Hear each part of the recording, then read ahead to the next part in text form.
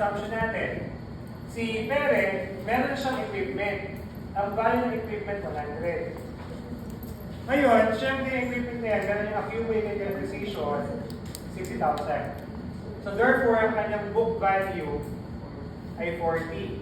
Ang date ngayon ay January 1, 2025. Okay na. So may equipment na 100, accumulated na 60, tapos ang book value ng 40. Ang remaining useful life, netong equipment na to ay 4 years. Ayan. Ngayon, syempre ikaw, si Pere, binenta mo ngayon yung equipment na yan kay subsidiary. Magkano mo binenta? Ito yung cash proceeds mo. Binenta mo ng 60,000. Now, yan mo yung scenario. Noong January 1, ano yung magiging entry ko? Kung ako si Pere. Ano yung magiging entry ko kung ako si subsidiary? Okay, kung ako si Pere, ang magiging entry ko, tatanggapin ko yung pera. Cash, 60,000. Ito. Tapos, since ito ay ibibenta ko na yung equipment, tatanggalin ko na yung equipment. Magkano yung value ng equipment? 300. Okay. Tapos, tatanggalin mo na rin, kung tinanggal mo na yung equipment, dapat tanggalin mo na rin yung accumulated depreciation. So, magkano yung accumulated? 60. Okay, so mula 60. Take note guys, hindi ito ang elimination entries. Okay, pinapakita ko lang sa inyo kung ano yung nangyari noong January 1. Tapos syempre dito, mag-recognize ka ng gain. At ang gain mo dito ay 20,000. Bakit? Ang book value is 40, ang cash proceeds is 60. Yung cash proceeds na 60, mas mataas siya kumpara sa book value na 40. Therefore, kumita si parent ng 20. Okay tayo ba? Yan yung idea. Ngayon, tatanggapin yung subsidiary yan. Nag-record siya ng equipment, ang value 60, maglalabas siya ng cash, 60. So ito may bilog na ito parehas. Okay tayo ba? So, benta, tinanggap. Ngayon, pagdating ng December 31, syempre, ano ba ginagawa ko December 31? Pag ikaw ay may equipment, ikaw ay nag-depreciate. Tama? Pag nag-depreciate ka, matitingnan mo ngayon, ilan ba ang remaining useful life ng equipment? 4. Tama ba yun? Okay, ngayon. So kung ang value ng equipment mo ay 60, okay?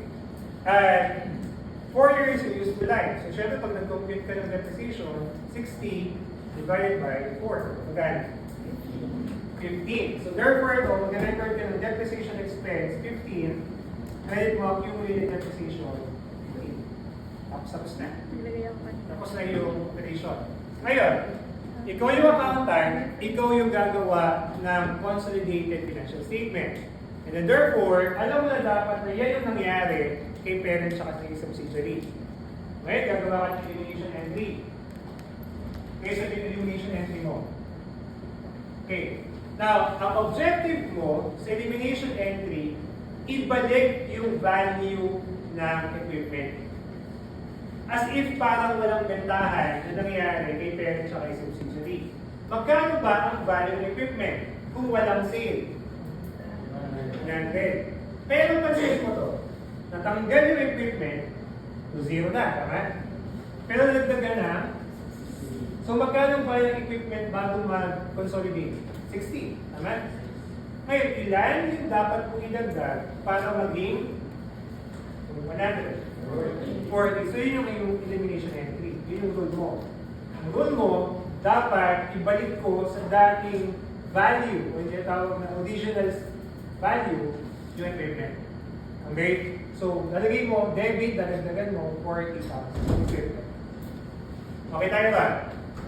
Okay na. Ngayon, pag na-record mo na, na-establish mo na ibalik mo yung value ng equipment, 100,000 ulit. Ano sunod mo gagawin? Tatanggalin mo yung gain. Kasi dapat hindi mag-exist yan. Okay? So, dapat tanggalin mo yan. Paano mo tatanggalin? So, debit ka, debit gain, 20,000. Okay tayo ron. Nakakasunod. Next. Ayan. O di, almost patapos na. Dalawa na lang naka-ready. Ngayon, kung mapapansin mo dito, ang depreciation niya ilan? Debit depreciation expense. 15. Accumulated ilan? Kung sana, walang nangyaring intercompany sale, magkano lang dapat ang depreciation? Yun yung as if wala sanang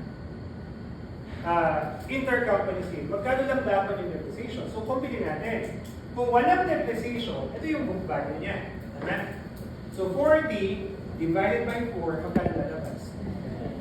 So, kung sana walang intercompany transaction, ang aking depreciation expense na is 10, ang aking accumulated depreciation lang, 10. Makakasunod ba? Kaya lang ang naka-record ilan? E di syempre sobra. Tama? Ilan yung sobra? So dapat mo bawasan. Tama ba yun? Ito lang dapat yung naka-record 10, pero ang naka-record ay 15. So ano gagawin mo? Bawasan mo yung depreciation expense ilan? 5. Okay ka dito. Okay daw. Once na meron ka ng ganyan, may 40 ka na equipment, dahil kailangan ibalik mo sa original state, kailangan mo tanggalin yung gain, kasi alam mo siya ay part ng intercompany transaction. At the same time, alam mo sobra ng 5,000 yung depreciation, kasi dapat 10,000 lang yung depreciation expense. Anong balancing figure mo dito? Accumulated depreciation. So magkano yung accumulated mo? 55,000. Yan yung ating elimination end. Okay tayo dyan. Makuha. Okay? Hanap. Dyan lang muna tayo. Ha? Ngayon, bibigyan ako ng scenario. Ito kayo naman yung magsasagot. Gagawa kayo ng elimination entry. Okay? So, nagawa nyo agad. Taas kamay. Sa papel, tingnan ko. Kung nakita ko tama, hindi ako yung plus. Plus 2% at plus 2% tayo.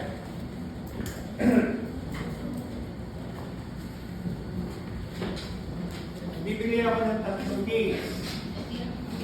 Case A, Case B, Case C. Doon mo tayo sa case letter A. Now, meron ba daw equipment na lang ulit para at least parehas na parehas sa discussion ko.